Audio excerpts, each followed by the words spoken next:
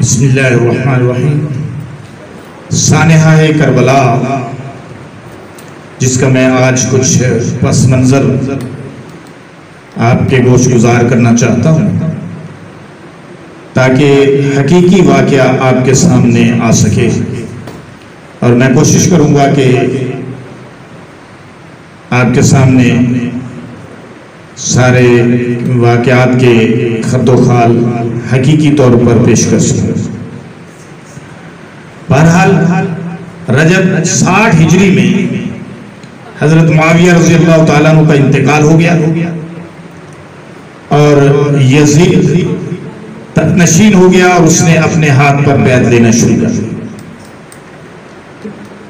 مگر حضرت حسین رضی اللہ تعالیٰ عنہ نے اس کے ہاتھ پر بیعت کیے بغیر حضرت حسین ان کے ہاتھ پر بیعت کیے بغیر اپنے اہل و عیال سمیت مدینہ طیبہ سے مکہ مکرمہ چلے گئے۔ اس وقت آپ کی عمر 56 برس کی تھی۔ خانہ کے ہمراہ حضرت امام حسین نے رضی اللہ تعالیٰ اپنے اہل خانہ کے ہمراہ مکہ پہنچ کر وہیں رہنا شروع کر دیا۔ یہ اس وقت کی بات ہے جب یزید تخت نشین ہوا۔ ادھر جب اہل کوفہ کو حضرت معاویہ کی وفات کی خبر ملی اور یہ کہ حضرت حسین اور بعض دیگر حضرات نے بیعت یزید سے انکار کر دیا تو لوگوں نے یکے بعد دیگرے آپ کو کئی خطوط لکھے اور کہا کہ ہم بھی یزید کے ہاتھ پر بیعت کرنے کے واسطے تیار نہیں ہیں، آپ فوراً کوفہ تشریف لائیں، ہم سب آپ کے ہاتھ پر بیعت کریں گے۔ آپ کو دعوت دی۔ اس طرح کئی خطوط حضرت امام حسین رضی اللہ تعالیٰ عنہ کے پاس جمع ہو گئے، اور پھر یہ ہوا، پھر حضرت امام حسین رضی اللہ تعالیٰ عنہ کے پاس کئی وفود بھی آئے اور حالات کا جائزہ لیا آپ نے، اور حالات کی تحقیق کے لیے پھر اپنے چچا زاد مسلم بن عقیل رضی اللہ تعالیٰ عنہ کو کوفہ روانہ فرمایا۔ وہ کوفہ پہنچ کر مختار بن ابی عبید ثقفی کے گھر پر مقیم ہو گیا۔ یہاں کے لوگوں کی آپ کے پاس آمد و رفت شروع ہو گئی اور آپ نے دیکھا کہ مسلمان یزید کی بیعت سے انکاری ہیں، متنفر ہیں، اور حضرت امام حسین رضی اللہ تعالیٰ عنہ کی بیعت کے لیے بے چین ہیں۔ مسلم بن عقیل رضی اللہ تعالیٰ عنہ نے حضرت امام حسین رضی اللہ تعالیٰ عنہ کے لیے بیعت خلافت لینی شروع کر دی۔ چند روز میں صرف کوفہ سے 18,000 مسلمانوں نے امام حسین کے لیے بیعت کی، اور یہ سلسلہ روز بروز بڑھتا ہی چلا جا رہا تھا۔ یہ صورتحال دیکھ کر مسلم بن عقیل کو اطمینان ہو گیا۔ انہوں نے کہا کہ حالات سازگار ہیں اور حضرت حسین اگر یہاں تشریف لے آئیں تو واقعی ایک صحیح اور معیاری خلافت قائم ہو جائے گی۔ یہ ذہن بن گیا حضرت مسلم بن عقیل رضی اللہ تعالیٰ عنہ، اس لیے انہوں نے ہدایت کے موافق حضرت حسین رضی اللہ تعالیٰ عنہ کو خط لکھ کر کوفہ آنے کی دعوت دے دی۔ یہ پس منظر ہے، آپ اس کو سمجھیں۔ آپ کے ذہن میں سوالات اٹھتے رہتے ہیں کیونکہ حقیقی واقعہ جو ہے اور پورا واقعہ جو ہے وہ آپ کے سامنے نہیں آتا علمی طور پر بھی، اور آپ حقیقی واقعہ کو سمجھ سکیں۔ تو حضرت مسلم بن عقیل رضی اللہ تعالیٰ عنہ نے حضرت امام حسین کو لکھ بھیجا، اس لیے انہوں نے ہدایت کے موافق جب لکھا تو حضرت حسین رضی اللہ تعالیٰ عنہ کے پاس یہ دعوت پہنچ گئی۔ حضرت حسین کو خط لکھ کر کوفہ آنے کی دعوت دے دی، یہاں تک بات آ گئی۔ مگر اللہ کا کرنا ایسا ہوا کہ یہ خط لکھنے کے بعد یہاں کوفہ میں حالات یکسر چینج ہو گئے۔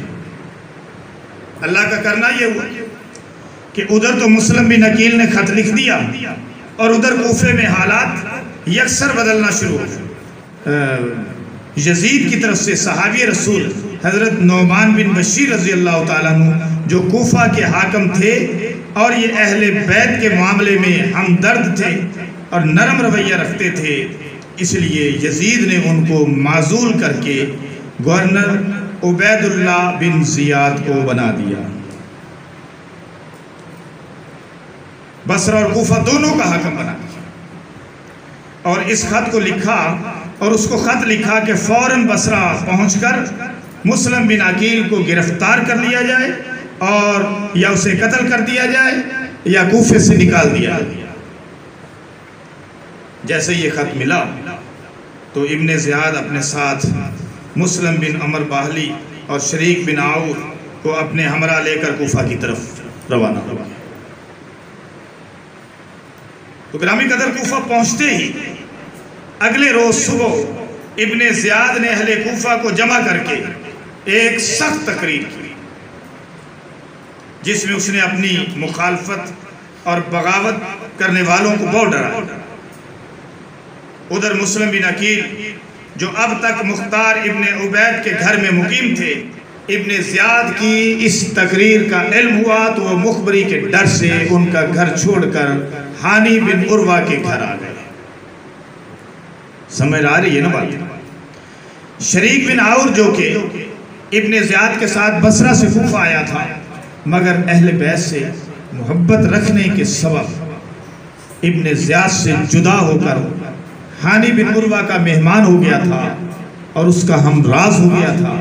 یہ بیمار پڑ گیا تو ابن زیاد نے پیغام بھیجا کہ آج شام کو میں شریک بن عور کی اعادت کے لیے آ رہا ہوں۔ شریک بن عور نے اس موقع کو غنیمت جانا اور مسلم بن عقیل کو مشورہ دیا کہ جب وہ آئے تو آپ موقع تلاش کر کے اس کو قتل کرتے، اور یاد رکھنا کہ اس موقع کو ہاتھ سے جانے نہیں دیتے۔ شام کو ابن زیاد آ گیا، کافی دیر بیٹھا رہا، مسلم بن عقیل نے اسے قتل نہیں کیا۔ جب پتہ چلا، شریک بن عور نے مسلم بن عقیل سے پوچھا کہ آپ نے کس وجہ سے اسے قتل نہیں کیا، موقع تھا؟ آپ نے فرمایا میں اس حدیث شریف کی وجہ سے رک گیا کہ رسول اللہ صلی اللہ علیہ وسلم کا فرمان ہے، ان الایمان قید الفتق فلا یفتق، مومن بمومن، ایمان ہیلا کے ساتھ اچانک قتل کرنے سے منع کرتا ہے۔ یعنی گھات لگا کر، ہیلے کے ساتھ، دھوکے کے ساتھ، گھات لگا کر نہیں، دھوکے کے ساتھ، دھوکے کے ساتھ قتل کرنے سے منع کیا ہے۔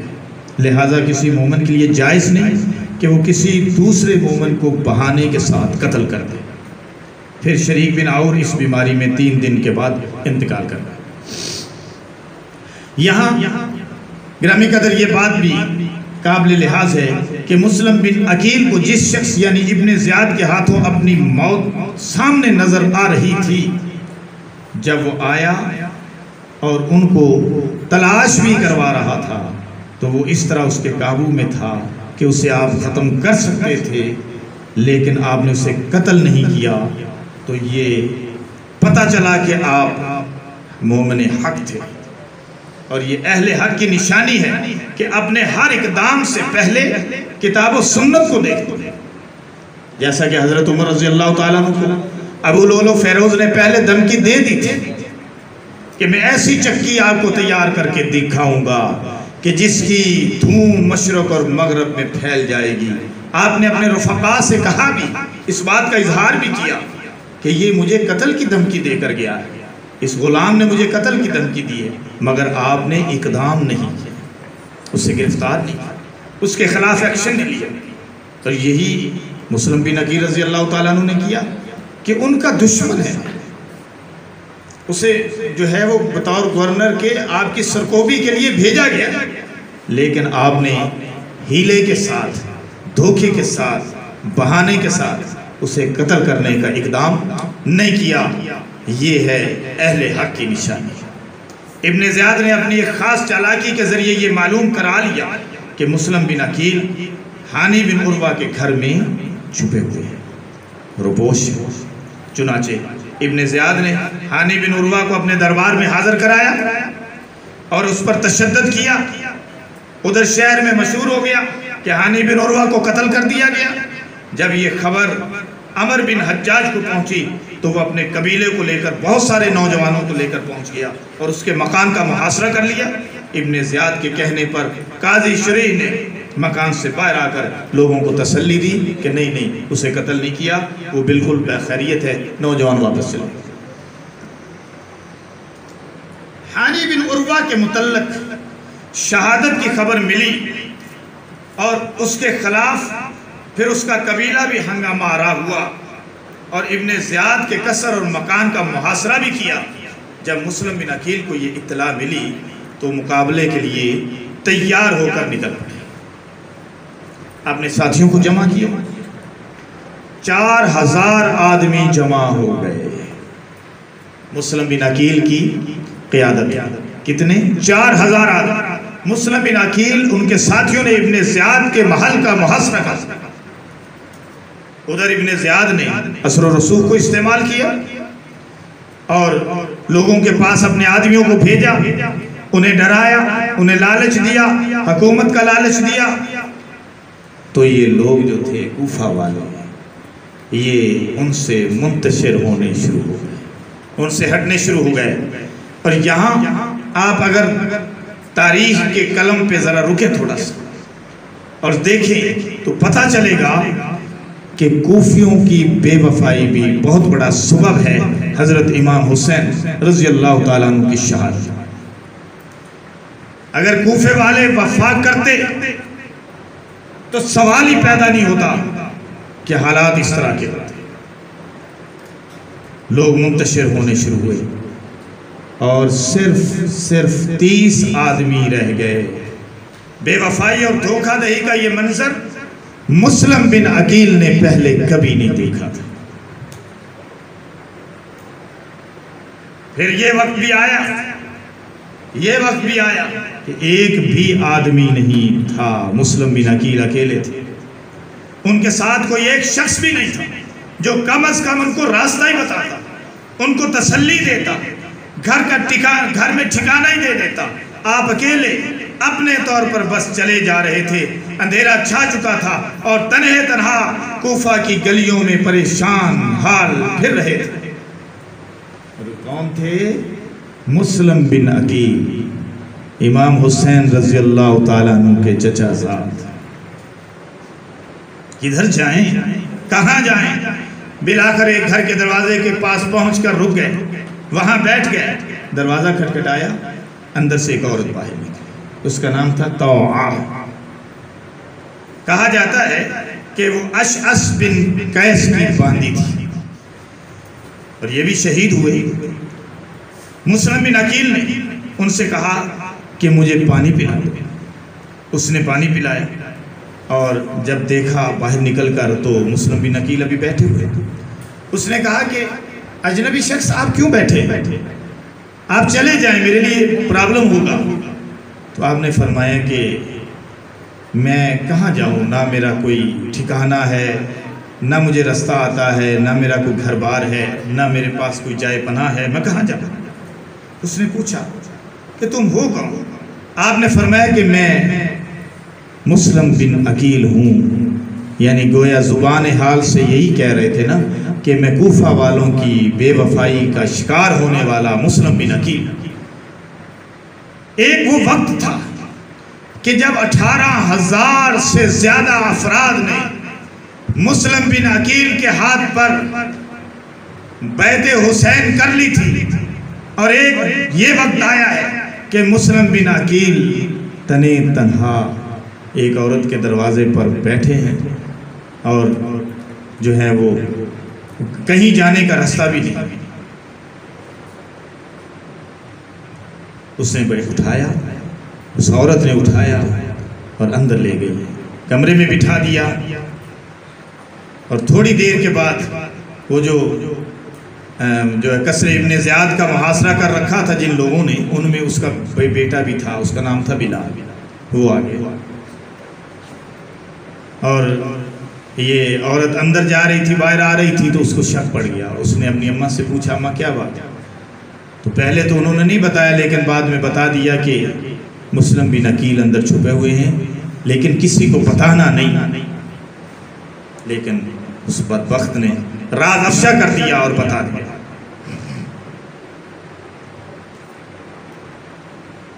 اس اللہ کی بندی سے کہا کہ میرا شہر میں کوئی ٹھکانہ نہیں. ہاں یہ تو بات ہو گئی. مسلم بن عقیل نے اپنا تعارف کرایا، سارا واقعہ سنایا. ادھر جب ابن زیاد نے دیکھا کہ کسر کا محاصرہ ختم ہو گیا، کہ اس کے محل کا محاصرہ ختم ہو گیا، لوگ مسلم کو چھوڑ گئے، تو اس نے شہر کے مرکزی دروازے پر پہرا لگا دیا کہ مسلم بن عقیل کو ڈھونڈنے کے لیے گھروں کی تلاشی لی جائے. آخر اس عورت کے مذکورہ بیٹے بلال بن اسید نے مخبری کر کے مسلم بن عقیل کو پکڑوا دیا. چنانچہ ابن زیاد نے انہیں گرفتار کرنے کے لیے محمد بن عشش کی سرکردگی میں 17 سپاہیوں کا دستہ بھیجا. ابن زیاد نے انہیں گرفتار کروا لیا. مسلم بن عقیل نے جب ان کی آوازیں سنی تو تلوار لے کر دروازے پہ آ گئے مقابلہ کرنے کے لیے. ان سے 2 دفعہ مقابلہ کیا، سب کو بھگا دیا. بل آ کر گرفتار کر لیے گئے، اور گرفتاری کی حالت میں جب ان کے ساتھ جا رہے تھے تو راستے میں آپ کے غم کی وجہ سے آنکھوں سے آنسو جاری. یہ دیکھ کر ان کے مخالفین میں سے ایک آدمی آ گیا، مسلم بن عقیل رضی اللہ تعالیٰ عنہ کے پاس آ کر کہنے لگا کہ آپ مجھے حکم کیجیے. ابن عقیل نے فرمایا، اما واللہ لست ابکی علی نفسی ولیکن ابکی علی الحسین وآل حسین انہو قد خرج الیکم اليوم او امس من مکہ. مجھے اپنے رب کی قسم، مجھے اپنی جان کے لیے رونا نہیں آ رہا. میں جو رو رہا ہوں اپنی جان کے لیے نہیں رو رہا، بلکہ حسین آل حسین کی جانوں کے لیے میں رو رہا ہوں، جو میری تحریر پر کل یا پھر آج مکہ سے کوفہ روانہ. یہاں پہنچ کر تمہارے ہاتھوں کوفہ والو اس بلا میں گرفتار ہوں گے جس بلا میں گرفتار ہو چکا ہوں.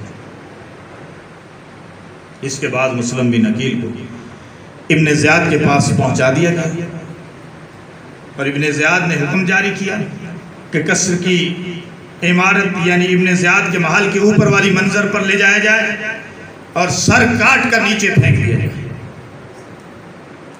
سیدنا مسلم بن عقیل اوپر لے جائے، تسبیح پڑھتے ہوئے چلے، تسبیح پڑھتے جا رہے ہیں، استغفار کرتے جا رہے ہیں.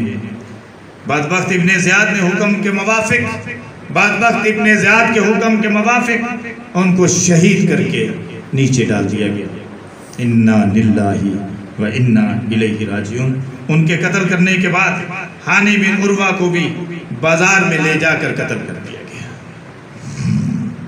تو یہ شہید وفا سفیر امام حسین رضی اللہ تعالیٰ عنہ مسلم بن عقیل رضی اللہ تعالیٰ عنہ کی شہادت تھی.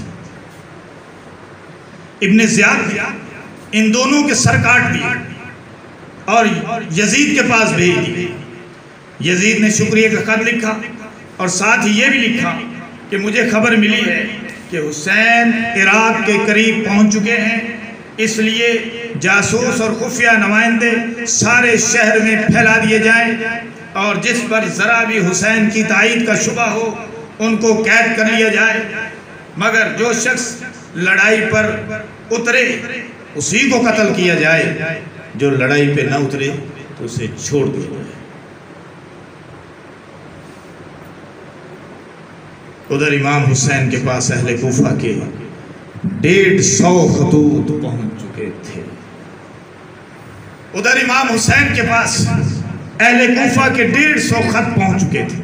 پھر مسلم بن عقیل نے وہاں کے 18,000 مسلمانوں کی بیعت کا تذکرہ بھی تو لکھ بھیجا تھا. حضرت امام حسین رضی اللہ تعالیٰ عنہ نے کوفہ جانے کا عزم کیا.